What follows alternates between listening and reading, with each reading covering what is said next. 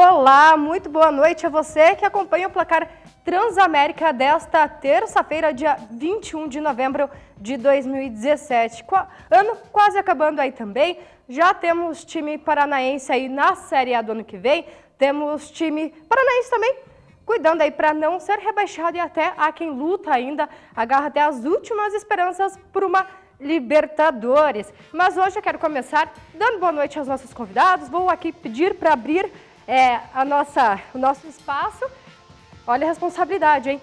4 homens do meu lado, 3 comentaristas e um convidado. Então, vou começar hoje dando boa noite ao nosso convidado, o professor Lico Filho. Boa noite, Lico. Boa noite, Pamela. Muito obrigado pelo convite. É um prazer estar com vocês aqui hoje. Seja muito bem-vindo. Hoje ele vem comentar aqui sobre um projeto muito legal de implementação de alguns jogos em escolas ICIs. Então ele vai comentar um pouquinho sobre este trabalho e os jogos pedagógicos, o qual ele implanta. Vou começar aqui então também dando boa noite ao seu Nelson, nossa enciclopédia do futebol paranaense, do futebol brasileiro. Chega aqui super bem-humorado em plena terça-feira. Boa noite, seu Nelson. Muito boa noite, Pamela. Boa noite aos companheiros de trabalho esta noite. E estou feliz, sim. Estou feliz porque estou vendo os nossos 3 times na Série A do campeonato do ano que vem. Não tem essa que o Curitiba não vai ficar. Claro que vai. E tem outro aspecto. Aliás, eu dizia isso desde o início, quando começou o Campeonato Brasileiro, que pelo trabalho que o Paraná tinha desenvolvido e feito no campeonato estadual, eu dizia, vocês são testemunha, que os 2 classificados eu garantia para a Série A, Internacional e Paraná Clube. Está aí. Não fui bidu, não fui preconizando nada, é o trabalho sério quando se desenvolve, o resultado é esse que está aí. Quem é bidu, seu Nelson? Bidu não, o cara quando fala que é bidu é porque adivinho, não, eu não adivinhei. Eu apenas acompanhei o trabalho sério que era desenvolvido no Paraná Clube. E olha, tem gente que diz, subiu, mas a Série A ano que vem cai. Não é assim, se continuar com a seriedade que desenvolveram esse ano, Paraná veio para ficar. Bidu ou não? Vanderlei, boa noite. Boa noite, Pamela, boa noite a todos aí. É um prazer estar com vocês aqui para falar um pouquinho mais sobre futebol. Boa noite, Silas. Muito boa noite, Pamela, seu Nelson, Vanderlei, professor Lico, aqui é um prazer participar aqui. E realmente, eu acho que pegando carona, e naturalmente tem que falar a respeito do Paraná Clube, que é a sensação nesse momento, pegando carona no que o senhor Nelson falou, o fato é esse mesmo. Eu acho que a partir de um trabalho sério que começou a ser desenvolvido lá atrás, foi coroado com essa ascensão à Série A. E se o Paraná Clube continuar com o trabalho sério que vem sendo realizado, com certeza, o ano que vem não é bate-volta, o Paraná vai para se manter dentro da primeira divisão.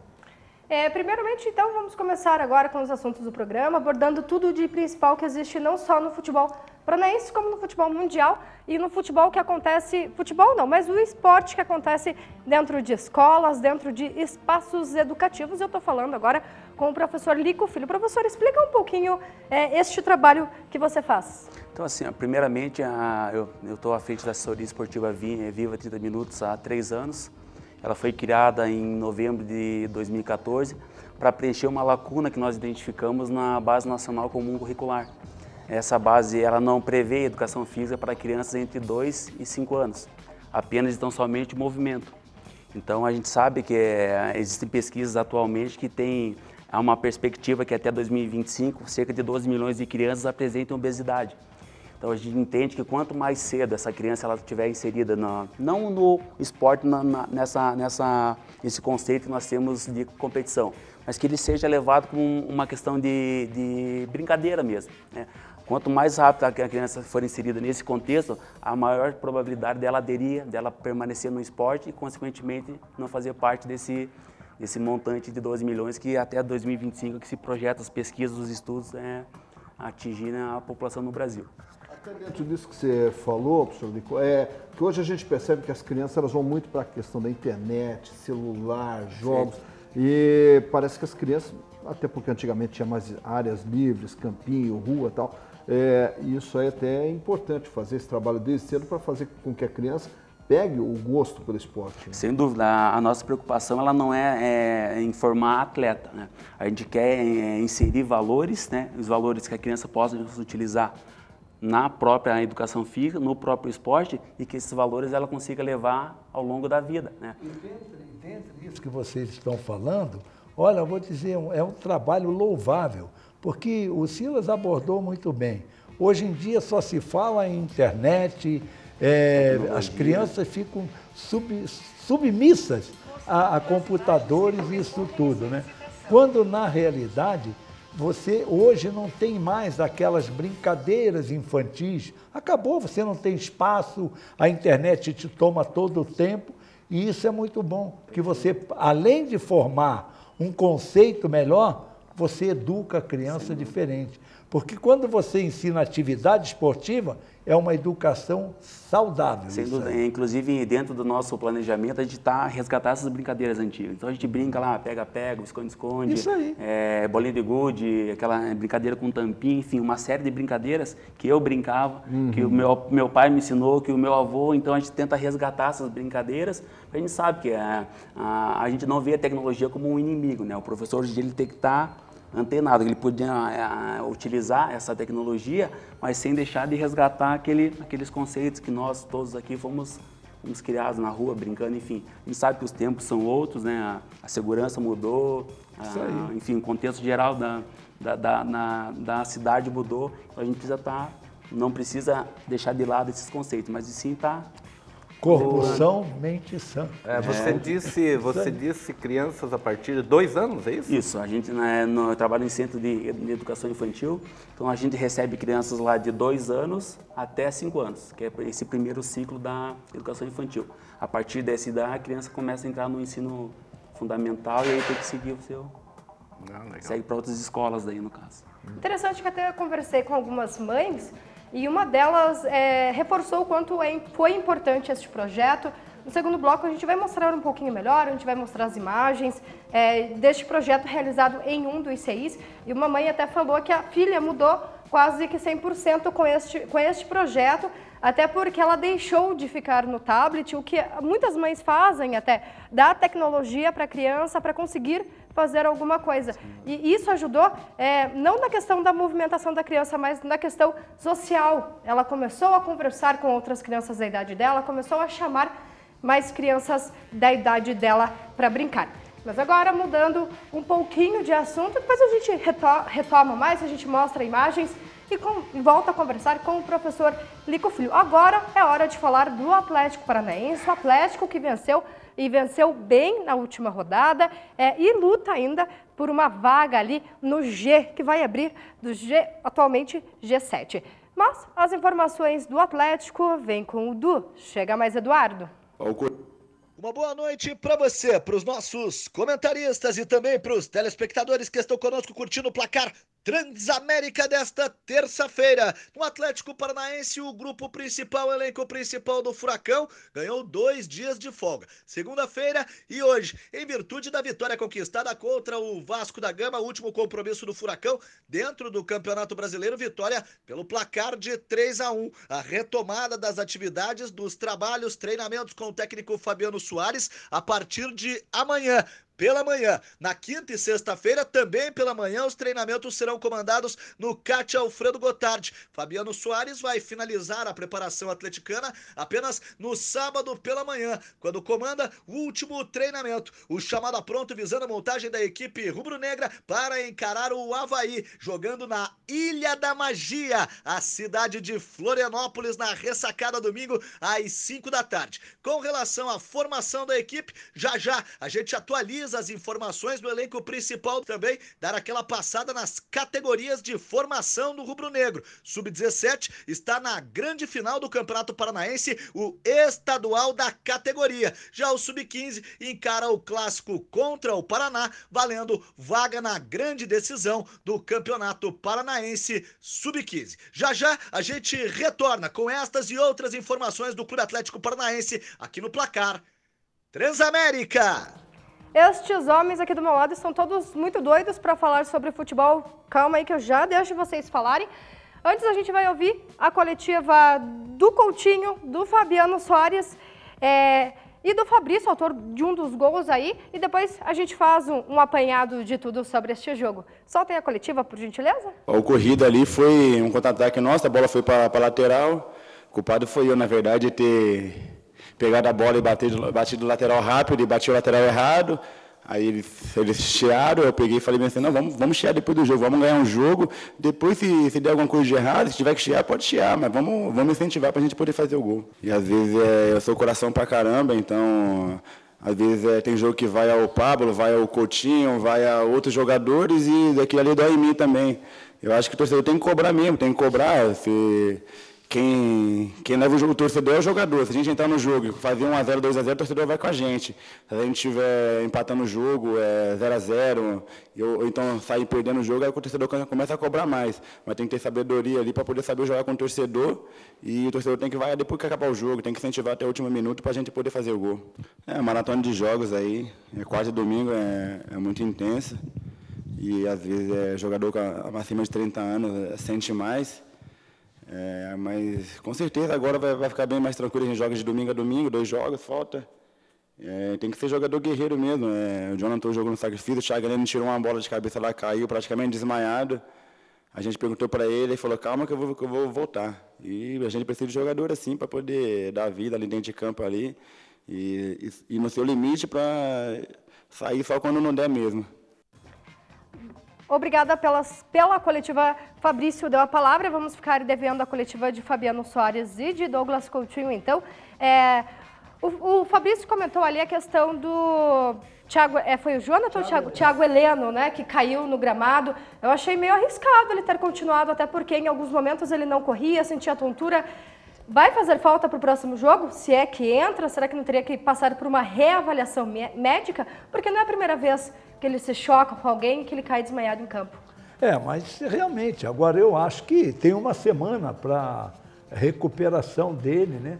Embora seja uma situação que eu refuto até de uma gravidade um pouco mais séria, né? Mas o Atlético tem um departamento médico muito profissional, muito consciente, muito competente, né? Como todas as outras equipes o têm também, mas que eu acredito que não vai arriscar de maneira nenhuma que o Thiago Heleno entre sem condições 100% para a próxima partida, que é tão importante quanto foi essa da equipe contra o Vasco da Gama. Até porque é uma questão de saúde muito importante, porque a partir do momento em que você bate a cabeça, ele pode dar complicações hoje ou daqui a uma semana, né?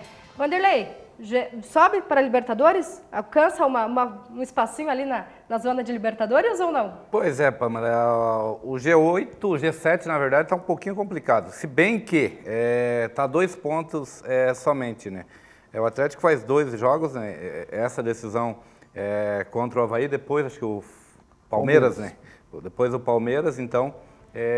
tem possibilidade sim de brigar ali, principalmente se aumentar para G9. O Atlético tem grande possibilidade de uma vaga na Libertadores.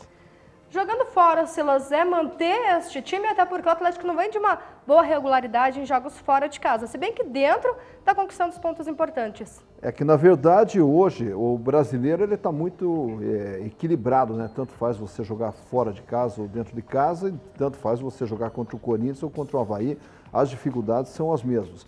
E o Atlético ele tem que entrar com bastante cautela contra o Avaí, até porque o Avaí ontem acabou vencendo o Palmeiras, jogando muito bem, né?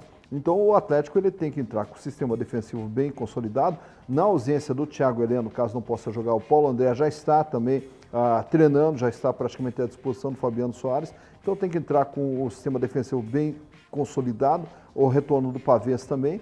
E aí a grande dificuldade do Atlético sempre passa a ser o do meio de campo para frente, como que ele vai montar a equipe do meio de campo para frente e esperar um erro da equipe do Avaí, porque o Avaí vai ter que jogar para cima do Atlético. O Atlético vai ter que jogar na cautela esperando o erro do Avaí para tentar arrancar um resultado positivo.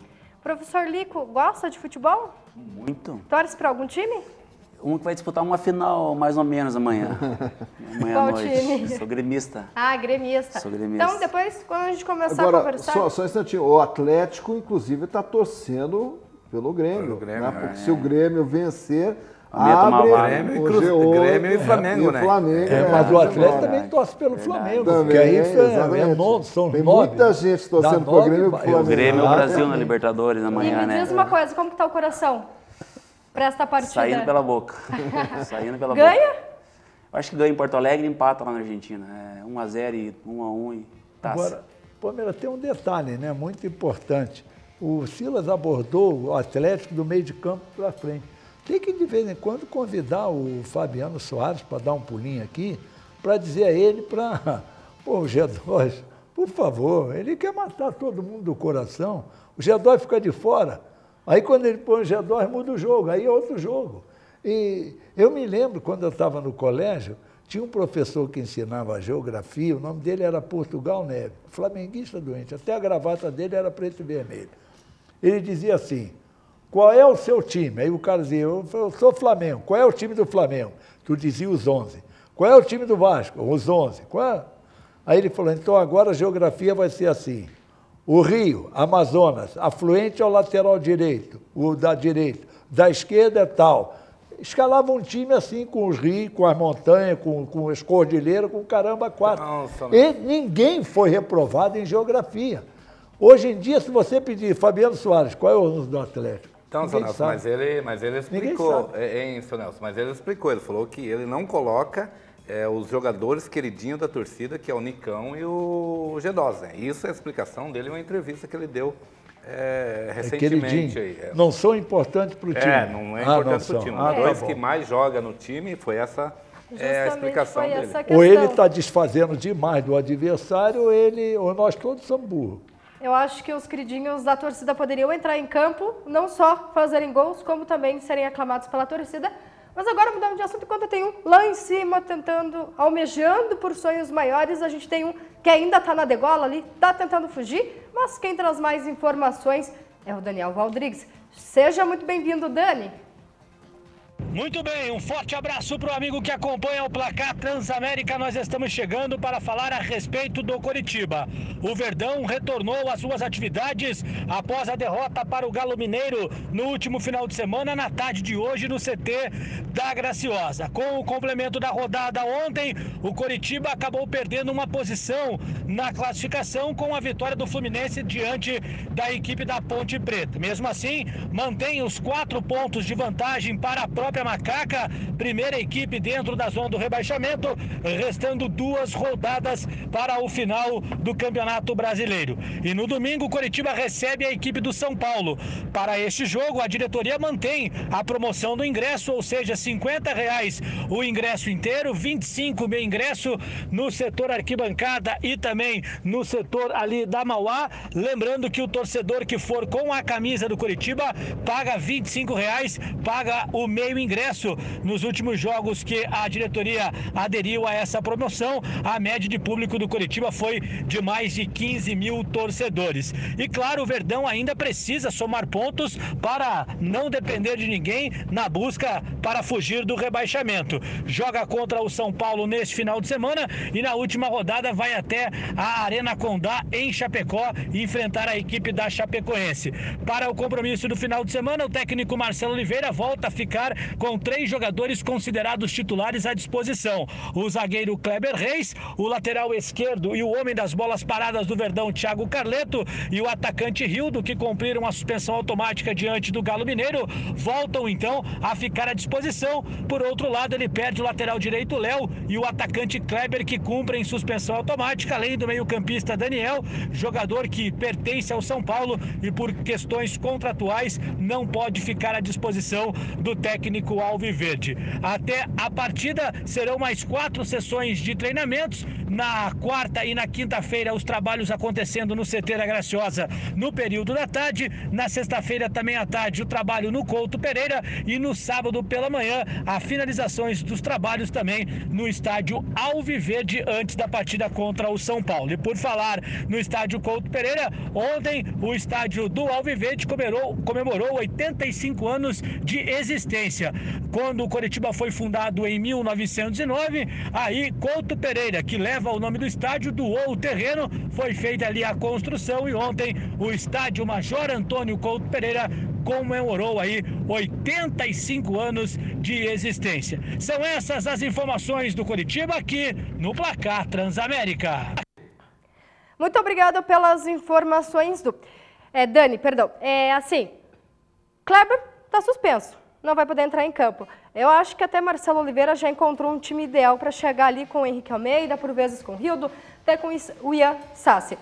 Thiago Carleto não entra por questões contratuais. Ele que é um excelente jogador e resolve as bolas paradas do time do Coritiba. E o agravante que vai jogar contra o São Paulo no Couto Pereira, né? Vai ter a promoção de ingressos ali, quem for com a camiseta do clube.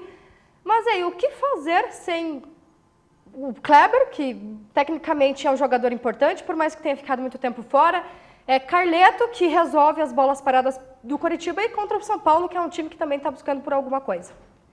Bom, então, começando por aqui, eu acredito até que dá para viver sem o Kleber, porque o Coritiba teve que aprender a viver sem o Kleber, e aí vai ter o retorno do Henrique Almeida, o retorno do Rildo, fazendo a dupla de ataque, como vinha anteriormente na ausência do Kleber. Vai ter também a ausência do Léo na lateral direita, que vai ser substituído pelo Dodô, porém, a ausência mais sentida, se realmente acontecer, é a questão do Carleto. Tem essa questão, porque o jogador pertence ao São Paulo, não vai jogar e tal, que é uma coisa que acaba sendo injusto porque você está cerceando o trabalho de um profissional, né? Então, mas caso o Carleto realmente não possa jogar, esse sim vai ser o desfalque mais sentido do Coritiba. Contra o São Paulo, é um jogo decisivo, a torcida do Coritiba vai ter que estar presente, fazer todo o apoio, levar todo o apoio para a equipe do Coritiba, porque esse é um jogo decisivo. O Coritiba não pode deixar para decidir a sua permanência na Série A jogando fora de casa contra o Chapecoense. Tem que decidir já nesse domingo contra o São Paulo. Pode comentar. Mesmo porque é um jogo muito difícil também, né, Silas? Porque o São Paulo ainda briga por alguma coisa. Ainda briga para chegar até, se caso ter G9, até chegar ao G9, né? Então vai ser uma grande batalha aí para o Coritiba nesse domingo. E eu vou aproveitar o seu gancho da grande batalha, não vai ter só o São Paulo. Vai ter a Chapecoense depois lá na Arena Condá. Qual que é a receita, qual que é a fórmula que o Marcelo Oliveira tem que ganhar? Tem que usar não só para ganhar do São Paulo aqui, como pelo menos tentar arrancar um empate lá. Eu acredito que garantindo a vitória aqui, já garante também a permanência na Série A. Sim, esse jogo diante do São Paulo é o jogo da vida do Coritiba, mesmo porque ele ganhando esse jogo aí, automaticamente ele escapa, faz 46 pontos e escapa, né? Então vai ter que jogar praticamente do jeito que jogou contra o Flamengo, né? Fez o gol, conseguiu se segurar ali, foi o Flamengo em cima do Coritiba ali, mas não ofereceu perigo algum. E o Coritiba vai ter que jogar mais ou menos dessa forma, com paciência, para chegar, tentar fazer o gol ali e ganhar de 1-0, 2-0 aí, mas sem sofrer muitas consequências. Também não pode se abrir porque o time do São Paulo vem numa recuperação incrível. Pegando o gancho nisso que o professor Silas falou, com referência a essa história de, moralmente assumir um compromisso, porque o jogador é do adversário, então não pode jogar. Eu acho que isso o Silas pegou com muita propriedade. Está cerceando o direito de trabalho de alguém. Isso não poderia acontecer. Que negócio é esse? Não, eu te empresto o jogador, mas ele não pode jogar contra o meu time, contra o time dele. Espera aí. Não é o time dele é o que ele está jogando. Quem está pagando o salário? É o São Paulo ou é o Coritiba? Então, é meio, não interessa, meio contra o São Paulo ele vai jogar. Principalmente, havendo uma conscientização, o dirigente de São Paulo deveria dizer o seguinte, espera aí, o Coritiba está disputando a permanência dele na primeira divisão do ano que vem. Então, deveria ser o primeiro a dizer, não, pode jogar. Por que não? É o melhor jogador do Coritiba. Por que vocês emprestaram? Por que vocês ficaram com ele? Não ficaram com ele? Então, eu acho que tem que acabar com isso. Aliás, tem que acabar com uma série de coisas no futebol brasileiro. Principalmente a arbitragem ser freelance. A arbitragem devia ser profissional. A profissão dele, árbitro de futebol. Por quê? Porque se punir um clube, você tem que punir um árbitro como? Como é que você vai punir um árbitro? Ah, ele é freelance, está pouco ligando, você vai ficar afastado 5, 6 partidas. Tá pitando a Série A, vai jogar a Série B. Dá punição. Isso é punição? Tá, agora mexe no bolsinho dele, tá? Agora punição, está pouco ligando. Ele é enfermeiro, outro é advogado, outro é dentista, outro é médico, outro... Ah, por favor, não, tem coisas que ou muda ou o negócio esculhamba de vez. Agora, puxando o gancho ali do Vanderlei, se a Série B é punição ou não para árbitros, com certeza é para times. Mas um que não vai sofrer mais esse mal depois de 10 anos é o Paraná, que já garantiu o retorno à elite após uma rodada de antecedência. É isso mesmo, Silas? Como que você avalia esse retorno do Paranaí? Só fazendo uma ressalva, lembrando que ele vem em ascensão desde o campeonato estadual. Exatamente. Na verdade, desde que o Leonardo assumiu a presidência do Paraná Clube e profissionalizou o departamento de futebol, trazendo o Rodrigo Pastana, a partir dali já deu para perceber que o Paraná estava tocando o clube e tocando a parte de futebol de uma forma totalmente diferente. Desde a formação da equipe para o Campeonato Paranense, uma formação desacreditada, com um técnico desacreditado, que foi a vinda do Wagner Lopes. A partir dali o Paraná começou a crescer. Na saída do Wagner Lopes, que recebeu uma proposta milionária do Japão, aí veio o Christian de Souza. Porém, não mudou o sistema do Paraná jogar, o sistema manteve o mesmo. Saindo o Christian de Souza, entrando o Lisca, o Paraná manteve o mesmo estilo de jogo. Saiu o Lisca, entrou o Matheus Costa, o Paraná manteve o mesmo estilo de jogo. Isso mostra o quê? Que o departamento de futebol não foi terceirizado por um técnico. O departamento de futebol continuou na mão do Rodrigo Pastana. Todo o elenco, um elenco limitado, um elenco enxuto e que levou o Paraná até onde ele chegou. Então isso mostra o profissionalismo na gestão do futebol, que foi coroado com essa ascensão para a Série A. O Paraná agora vai ter esse jogo final de festa contra o Boa no sábado, jogando no Couto Pereira. Vai ser um jogo festivo, não tem mais a preocupação de buscar um resultado e tudo mais. Agora a preocupação do Paraná vai ser o quê? Qual o elenco que vai ter para o ano que vem? Que agora entra a questão da renegociação. Diversos jogadores provavelmente vão sair, como é o caso do João Pedro, que vai ser devolvido para o Atlético, o caso do Maidana, que provavelmente vai ser devolvido para a equipe do São Paulo. Talvez o São Paulo queira de volta o goleiro Richa. Então o Paraná vai ter que ver o que vai fazer para segurar o máximo possível dos jogadores que fizeram parte dessa campanha vitoriosa. Parabéns, Paraná Clube, pelo acesso, e o ano que vem torcemos para que tenhamos os 3 representantes paranaenses na primeira divisão. Bom, mas a gente vai chegando ao fim desse bloco, mas antes eu quero conversar com vocês e falar de quem entende.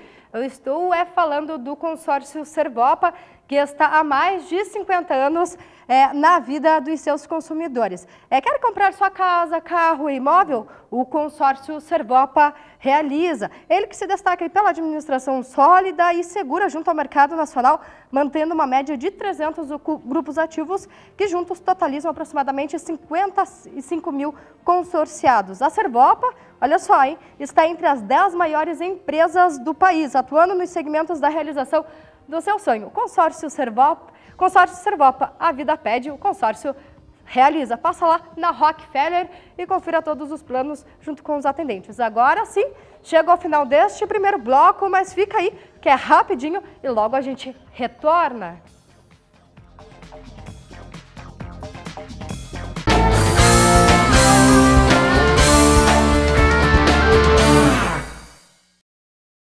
Viu? Só falei que ia ser rapidinho. Tô aqui, ó. Conversa durante o intervalo aí rolou solta. E todo mundo curioso agora para saber que história é essa, que projeto é esse, Lico? Conta um pouquinho mais pra gente. Enquanto você conta melhor essa história, eu vou pedir para soltarem as imagens do CI Cantinho do Sol, isso? CI Cantinho do Sol. Onde ele fez o último projeto, até, né, coroou. Isso, essas imagens é da cerimônia de premiação dos segundos Jogos da Primavera. Então, nós fizemos a primeira edição no ano de 2016. Não é só no CI Cantinho do Sol, nós temos o CI Cantinho do Sol e o CI Algodão Doce como os nossos clientes. E ali é a premiação, as crianças durante o mês de outubro elas passam por um processo de competição.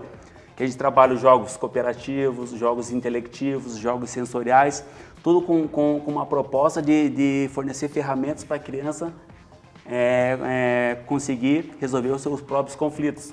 Então a gente viu ali o Fabrício agora entrevistando, eu lembrei do Fabrício, jogador do Internacional, que ele se envolveu naquela polêmica antes de sair do Inter. Então é uma situação que a criança, ela, numa proporção muito menor, obviamente, que a criança ela já pode estar sendo colocada diante desses conflitos. Ah, é um amiguinho que empurrou, é um que ficou na minha frente, é um que foi tomar água na minha frente. Então são conflitos, é um que desamarrou o cadarço do tênis. Então são conflitos que para nós adultos são coisas, né, banais, mas que para a criança provocam uma profunda reflexão. Então a proposta dos jogos basicamente é essa, é fornecer à criança ferramentas para ela lidar com essas situações de conflito. Ela começa lá com 2 anos, é uma metodologia, passa para as crianças de 3, 4 e chega nas crianças de 5 anos. Os Jogos da Primavera ele é o desfecho de todo esse processo ao longo dos 3 anos. Mas tem musculação, não tem? Não. Tem uns ali que tentam. Não, mas tem que ter, sabe por quê? O ganhador pegou um troféu maior do que ele, pô. Aqui não é musculação, verdade. Mas que parabéns mesmo, parabéns. Isso é um projeto espetacular. Nós estamos encerrando, né, o primeiro ciclo de 3 anos, iniciado em fevereiro de 2015, e nós só temos notícias muito positivas, né, nesse aspecto para tá balanceando, ver o que deu certo, o que deu errado, enfim. Mas o resultado positivo ele é muito maior em relação... Tem algum apoio de algum órgão do governo? Não, a escola ela é conveniada com a prefeitura, isso, com a prefeitura.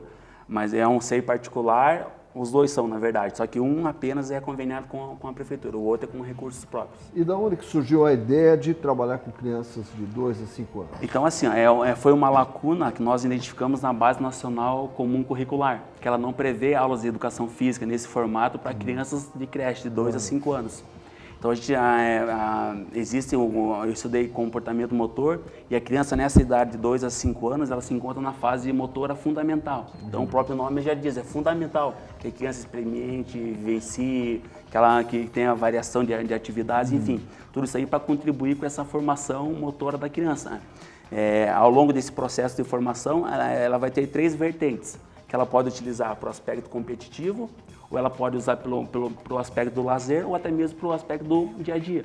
Então não é que a gente está preocupado com informar em performance, não é esse o objetivo. Mas ao fim desse processo, a criança que tiver uma aptidão, ela pode ser direcionada para esse aspecto sem problema nenhum. Aliás, isso inclusive, professor, me lembra, porque quando eu vivia no Rio, viu, gente? Antes de vir para Curitiba, eu tinha um amigo que era compositor foi compositor do Bafo da Onça, bloco Bafo da Onça, essas coisas. Então, sabe onde era divulgado o samba dos blocos, a letra do samba onde era divulgado? Nos bailes infantis, porque a criança tem tem a percepção, porque ela pega o papel, ela tem ali a letra do samba e ela canta e ela faz questão de gravar aquilo. Então era onde mais tinha sucesso na gravação, não só de samba, de bloco, como da própria escola de samba. Eram as crianças que nos bailes infantis. Então o cara, quando a primeira vez que ele me falou isso, e que nós fomos juntos, inclusive, que eu falei, caramba, sabe que você tem razão, você via a inteligência, não, o interesse da criança em aprender o samba e cantar. Muito mais do que o adulto, vai na onda da batucada e mais nada. Mas uma prova, então, você quer falar uma coisa, Vanessa? Não, só ia perguntar para o professor aqui, esse trabalho é você e quantos profissionais? Atualmente sou eu e mais 2 profissionais de educação física. Eu trabalho no SEI Cantinho do Sol e os outros 2 trabalham no SEI Algodão Doce. Então, que beleza. Eu não trabalho só nos 2 SEIs, né? A gente tem uma vida meio corrida aí durante o dia. Que beleza. E eu queria aproveitar, viu, Pamela, minha gente, eu tenho 2 amigos que trabalham, têm um interesse, um trabalho assim de desenvolvimento, não só do desenvolvimento físico, mas também mental, por várias pessoas. É o Otto e o Robert. Eu quero mandar um grande abraço para eles, porque eu tenho certeza que nesse instante, inclusive, eles estão nos assistindo e, olha, tenho certeza que estão aplaudindo esse trabalho, não só eles, mas você merece realmente, vocês que desenvolvem esse trabalho, aplausos, não somente de quem está tomando conhecimento agora, mas principalmente dos pais daqueles que estão envolvidos no projeto. Otto e Robert, um abraço também. Vanderlei, desculpa, é a segunda vez que eu te corto, né? Não, tranquilo, eu que me atravesso aqui. Não, aqui ninguém atravessa ninguém. Lico, parabéns pelo projeto. Obrigado. Isso prova que o esporte não envolve só futebol, basquete, handebol, envolve também o samba, envolve a movimentação, envolve jogos pedagógicos, tudo aquilo que é em prol à saúde mental e que ajuda a ocupar as pessoas. Mas agora a gente muda de assunto, pula lá para o Campeonato Brasileiro da Série A e ontem nós tivemos 2 jogos. Acompanhe os resultados. Ponte Preta, aos 13 do segundo tempo, Douglas aproveitou o rebote, esticou o pé e abriu o placar. Aos 41, o ceifador foi lá, aproveitou a bola em cima da linha e fechou o placar. Final, Fluminense 2, Ponte Preta 0. O Avaí venceu o Palmeiras. Marquinhos, de pênalti, abriu o marcador para os catarinenses. Aí apareceu Lourenço aos 16 e ampliou. E Keno aos 29 diminuiu, mas aí já era tarde demais. O Avaí venceu o Palmeiras por 2-1. A gente já faz um apanhado dos jogos que rolaram ontem. Ainda o Vanderlei em off falou assim, ontem o Marquinhos correu pra caramba porque foi um baita jogo. Mas agora a gente vai acompanhar como ficou a classificação da Série A após os jogos do final de semana e esses 2 de ontem. Com a 36ª rodada encerrada, a classificação ficou do seguinte modo. Corinthians, campeão brasileiro de 2017, com 71 pontos cravados. O Grêmio, segundo, com 61. Com 60, o Palmeiras, que perdeu ontem para o Avaí. Em quarto, o Santos, com 59. E em quinto, o Cruzeiro, com 56. Em sexto, abrindo aquela brecha lá para o G9... G7, dependendo das vitórias de campeonatos extras aí, o Flamengo em sexto com 53 pontos, em sétimo o Botafogo com 52. Já com 50 a gente tem aí o Atlético Mineiro em oitavo e o Vasco em nono. 49 segue o Bahia em décimo. Com 48 pontos, o Atlético Paranaense em 11º e a Chapecoense em 12º. Com 46, o São Paulo em 13º e o Fluminense em 14º. Já pulando lá para 43 pontos, o Coritiba em 15º. O Vitória segue em 16º com 40 pontos. Agora abrindo a zona de rebaixamento, a Ponte Preta em 17º com 39, o Sport em 18º com 39 também, o Avaí também com 39 em 19º. Agora, o rebaixado certeiro é o Atlético Goianiense com apenas 34 pontos. Bom, muitas especulações também aqui acerca de quem será rebaixado os outros 3. Os 3 estão com 39 pontos ali. Ninguém ainda está tão garantido quanto o Atlético Goianiense. E a probabilidade ali que vocês estavam conversando também sobre G7, G9. E aí, como que é, meninos? Começando pelo Vanderlei ali. Bom, é o que eu comentei agora há pouco. Eu acho que o G9 pro Atlético é uma boa. Então ele tem que torcer para Flamengo e Grêmio aí vencer esses 2 campeonatos aí, tanto a Libertadores como a Copa Sul-Americana, porque o G7 realmente é muito difícil. E o principal não é só torcer, não. Tem que vencer os 2 jogos que faltam e esperar a combinação do resultado aí para ver se dá a condição de chegar entre o G9. Arrisca, Silas, dizer quem que será rebaixado? Tem 3 ali com 39. Será que vai os 3? Não, tá muito equilibrado ali, né? Do Vitória para baixo ali tá muito equilibrado. 3 com 39 e o Vitória com um pontinho a mais. Então ali tá bem difícil de fazer um prognóstico. A certeza que eu tenho é o seguinte, que o Curitiba vai escapar. O Curitiba, acredito que com uma vitória nesse domingo o Curitiba escapa e aí o restante eles que se virem lá. Mas principalmente que tem um confronto direto, Vitória e Sport. Um dos 2 vai ficar pelo segura, caminho. né? Os 2 têm 39 e um vai... O pior das hipóteses aí, um empate também é ruim para os 2. Aí é ruim. E daí decidiria tudo na última rodada, né? Que seria um Deus nos acuda também. Espero que o Curitiba, como o Silas até disse agora, que vença o seu jogo no domingo e não espere a última rodada aí para depender desse jogo aí. E aqueles que não são amantes de pontos corridos, tá aí, última rodada, tá um interesse danado aí. Exatamente. Né? Em cima por Libertadores. Isso, tanto em cima quanto para a parte de baixo. E o Corinthians deu aquela disparada que os caras argumentavam o seguinte, não, se um dispara, acaba o interesse do campeonato, acaba nada. Tem outros interesses envolvidos nisso aí. Eu até me arrisco a dizer que tem um gremista aqui dentro do estúdio que está rezando para abrir mais uma vaguinha nesse chamado, pelo menos, G8, caso a Sul-Americana não renda, né? Então tem um gremista aqui no estúdio que está assim, abre mais uma vaga, abre mais uma vaga. Torcendo, G9. E agora, enquanto tem os profissionais que já estão disputando Série A, Série B, a gente tem aqueles que ainda correm atrás de olheiros para tentar, quem sabe um dia ser um profissional, e é este material que a agência de notícias nos traz agora, que são alguns jogadores, informação, que jogam lá no estádio do Vasco, tentando chamar atenções aí. Podem rodar o material, por gentileza? Neste campo usado pelo Vasco da Gama, são feitas as chamadas peneiras. Os testes, que se estendem por 3 dias, são organizados mensalmente. E os olheiros estão sempre por perto, à procura de novos craques. Dezenas de meninos esperam chamar a atenção deles e dar os primeiros passos rumo à realização de um sonho. Eu gosto de ver os dribles deles primeiro, principalmente. E quando eu crescesse, eu queria jogar com eles, com o Neymar na seleção brasileira. Mas a peneira é um filtro implacável e poucos jovens acabam sendo escolhidos. Divididos em grupos por idade, os meninos precisam mostrar o potencial em jogos de apenas 20 minutos de duração. O maior desafio é brilhar em tão pouco tempo, sem jogar de maneira muito individualista, ou fominha, na gíria do futebol. Tem olheiros assim que, sempre falam, cara, joga o seu futebol.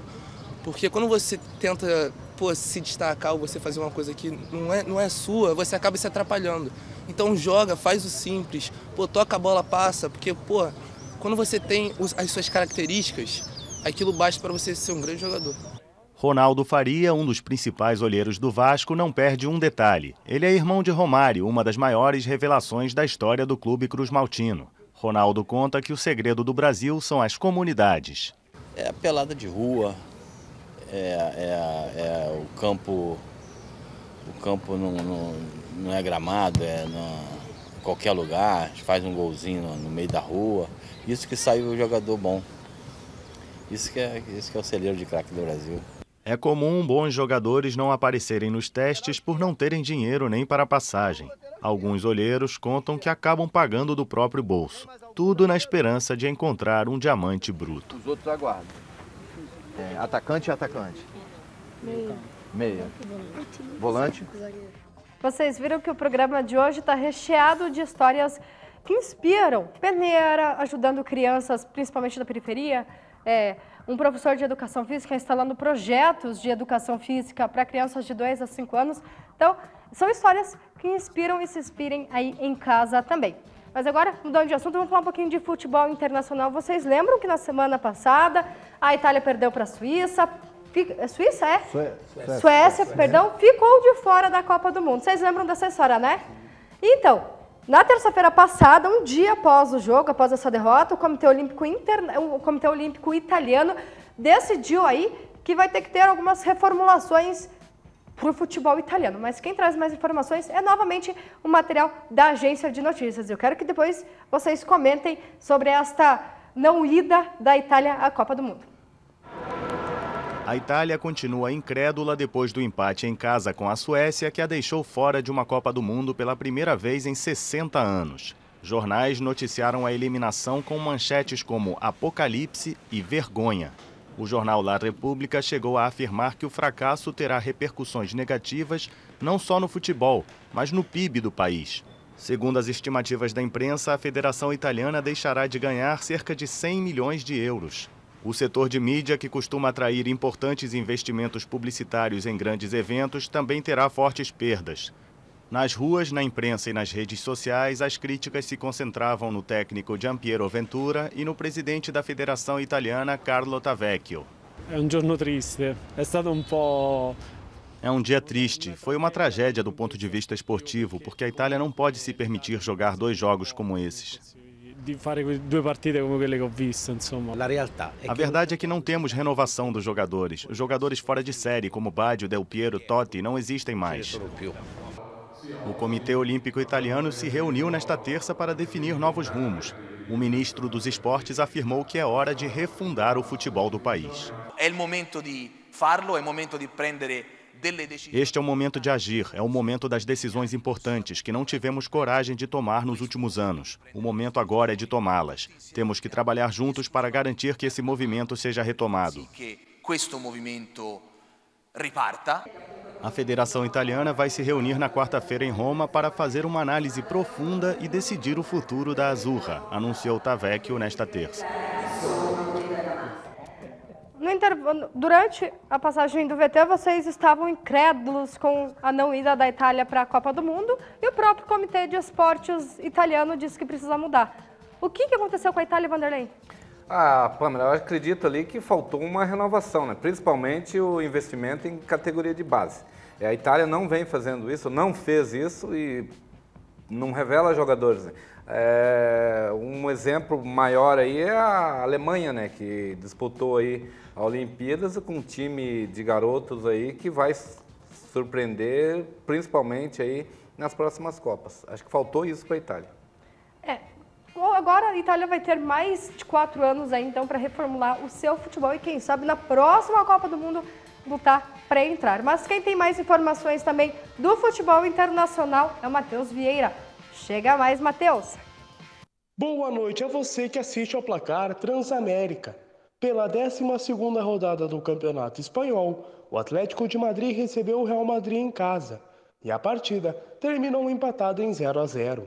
Na 13ª rodada, o Real Madrid jogará em casa no sábado, dia 25 contra o Málaga, às 13h15.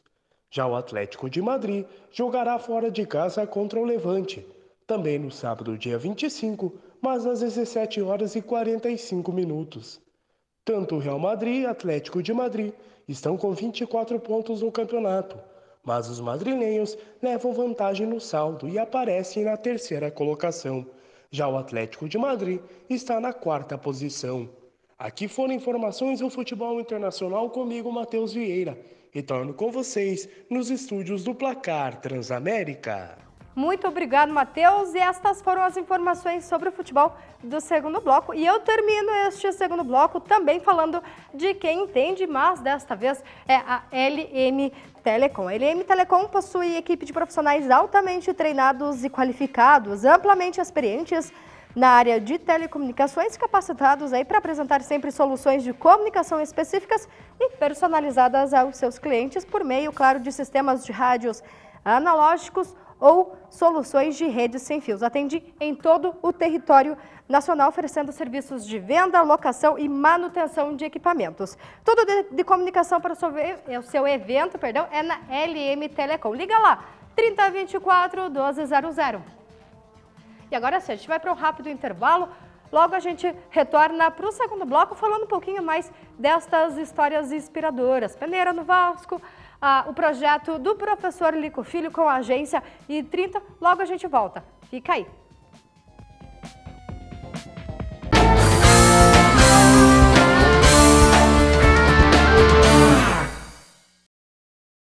Falei que ia ser rapidinho, estamos de volta para o terceiro e último bloco.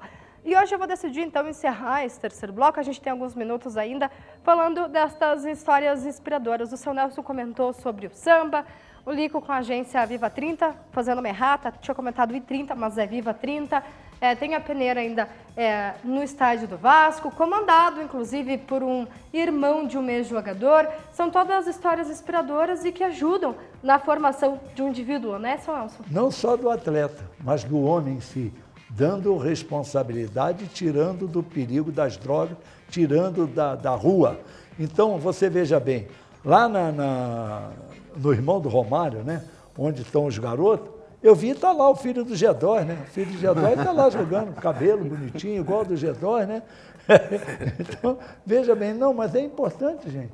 Isso é muito importante, eu acho um trabalho maravilhoso e eu sempre gostei de ver um trabalho sendo desenvolvido assim, principalmente ultimamente, em que você vê, cadê o pessoal? O cara atravessa a rua assim, se tu dá uma paulada nele, ele não está nem te ouvindo, porque ele está com um troço enfiado no ouvido, os fones de ouvido, está aqui mexendo e aí já viu, né? Não dá, sinceramente. Então, esse é um trabalho dignificante, realmente merece aplauso quem se envolve e quem ajuda a formação de um homem no futuro com um trabalho brilhante desse. Parabéns, professor Lico. Muito obrigado. E mostrando que o esporte não envolve só o futebol. E é o maior exemplo que o professor Lico Filho trouxe aqui. ele traz brincadeiras do passado, como pega-pega, e a receptividade das mães foram excelentes, né? E até da própria diretoria das escolas, dos CEIs. Você como pessoa, não como profissional agora, como que você avalia não só este teu projeto, mas todos aqueles que trabalham de algum modo para mudar este cenário? Porque ainda crianças de 2 a 5 anos não estão na rua, pelo menos no projeto que você trabalha. Mas muitas ali, por exemplo, da peneira que a gente viu, né, dos olheiros, muitas estão na rua ou não têm o que comer e trabalham e fazem aquilo para tentar ter uma vida melhor e até oferecer algo melhor para a própria família. Hoje, assim, eu acho que a gente esperar alguma coisa que vem de cima é utópico, né? Acho que a gente que está por aqui, a gente deve se mexer, deve se coçar para poder propiciar esse tipo de acesso para as crianças. Se a gente esperar alguma coisa do governo, alguma coisa assim, assar, é muito mais difícil. Então a gente tem que arregaçar as mangas de fato e dentro do que a gente pode fazer, oferecer às crianças, sem dúvida. Vanderlei, já participou de algum projeto assim? Já acompanhou algum projeto assim de perto? Qual que é a sua avaliação frente a esses profissionais que mostram que esporte hoje em dia não é somente o futebol, né? Que é tão valorizado, mas ao mesmo tempo exaltado, como se fosse o único esporte do mundo? Participar, não participei ainda, né, Pamela? Acho que existe aquela velha frase, nunca é tarde, mas eu admiro principalmente o trabalho do professor aí. Tanto é que quando ele começou a dizer, eu até falei, nossa, mas 2 anos de idade, né? Eu fiquei até surpreso, mas eu queria registrar meus parabéns ao professor aqui também pelo esse brilhante trabalho. Quero dizer que eu também fiquei assustado quando eu vi um de 2 anos. Professor Silas, alguma consideração final aí sobre os projetos? Sim, consideração final, parabenizar o trabalho do professor Lico e o que ele falou que é fato, que o governo deveria prestar mais atenção, já que se quer uma sociedade melhor, se pretende uma sociedade melhor, é através da cultura, da educação e do esporte. E é isso aí, a gente chega ao final do nosso programa por hoje, com muitas histórias inspiradoras, com 4 homens aqui do meu lado, vocês viram a responsabilidade de hoje, né? E me despeço aqui, agradeço pela sua atenção, por nos acompanharem, podem nos acompanhar pelo canal 59 UHF, pelo site da TV Transamérica, tem um linkzinho lá ao vivo, é só ir lá que você já vai achar, ou pela live do Facebook da TV Transamérica, até porque o Placar Transamérica é feito para vocês e por vocês. Até mais!